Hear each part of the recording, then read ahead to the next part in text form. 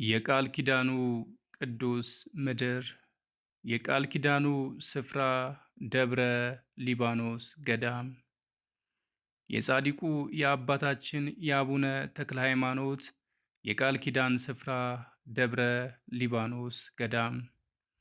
አባታችን አቡነ ተክለ ሃይማኖት በ1300 ዓመተ ምህረት በእርሳቸው እንደተቆረቆረ የሚነገረው ደብረ ሊባኖስ ገዳም ደብረ ሊባኖስ ገዳም ከተመሰረተ ጀምሮ እጅግ የሚደንቅና የሚገርም ተአምራት እየተከናወኑበት እስከዚህ ድረስ ደርሰዋል። ዕውራን ዓይናቸው ይበራል፣ ደንቆሮች ጆሯቸው ይሰማል፣ በአልጋ የመጡ ድውያን አልጋቸውን ተሸክመው በእግራቸው ይሄዳሉ። ከጥቂት ዓመታት በፊት የሞተ ሰው ሳይቀር ይነሳበት ነበር። ደብረ ሊባኖስ ገዳም ውስጥ ቁጥርና ስፍር የሌላቸው አበው መነኮሳት በዚህ በተቀደሰ ስፍራ ይገኙበታል። ከዚህ ከተቀደሰው ስፍራ መካከል ዛሬ በታሪካችን ልናነሳው ያሰብነው ደብረ አስቦ ይባላል። ደብረ አስቦ ማለት አባታችን ጻድቁ አቡነ ተክለ ሃይማኖት ቁመው 29 ዓመት የጸለዩበት ቦታ ነው። በጸሎት ብዛት እግራቸው የተቆረጠችም በዚህ ስፍራ ነው። ዋሻ ፈልፍለው በዓታቸውን በመዝጋት ጨለማው ሳይበግራቸው ብርሃን ሳይናፍቃቸው እዚህ ቦታ ላይ ሆነው ጸሎትን ሲያደርጉ ለ29 ዓመት ቆይተዋል። ከፊት ጦር፣ ከኋላ ጦር፣ ከጎንና ከጎን ጦር በማድረግ ዝንፍ ሳይሉ ለ29 ዓመታት በዚህ ቦታ በጸሎት ቆይተዋል።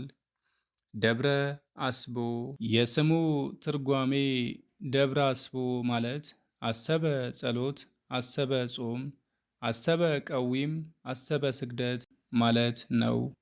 ታላቁ ደገኛው ጻድቅ ብፁዕ ወቅዱስ አቡነ ተክለ ሃይማኖት በኢትዮጵያ ክፍለ ሀገር እየተዘዋወሩ መሠረተ ሃይማኖትን፣ ወንጌለ መንግሥትን በኢትዮጵያ በማስተማር ሰማዕትነትን ከተቀበሉ በኋላ ዕድሜያቸው 70 ዘመን ሲሆን በባዕቶ ስፍራ ለመፈጸም ይህን ዋሻ ቆርቁረው ታቦተ ማርያምን እያጠኑ ሌሊትና ቀን ዘግተው በረደኝ ፀሐይ ልሙቅ ጨለመኝ ብርሃን ላይ ሳይሉ 29 ዓመት የጸለዩበት በፍጻሜው ዕድሜያቸው ከፈጣሪያቸው ቃል ኪዳን ተቀብለው አጽማቸው 57 ዓመት አርፎበት የቆየ ቅዱስ መካን በመሆኑ መሠረታዊ ሐውልት እንዲሆን ለምልክት እንዲረዳ በማለት ብፁዕ አቡነ ማቴዎስ በ1970 ዓ.ም በብረትና በሕንፃ አሰርተው መንበረ ታቦት ገብቶበት ቤተ መቅደስ ሆኖ ታቦተ ማርያም፣ ታቦተ ሚካኤል፣ ታቦተ ተክለ ሃይማኖት ስለተቀመጠበት እየታጠነ ገድላቸው ይነበብበታል።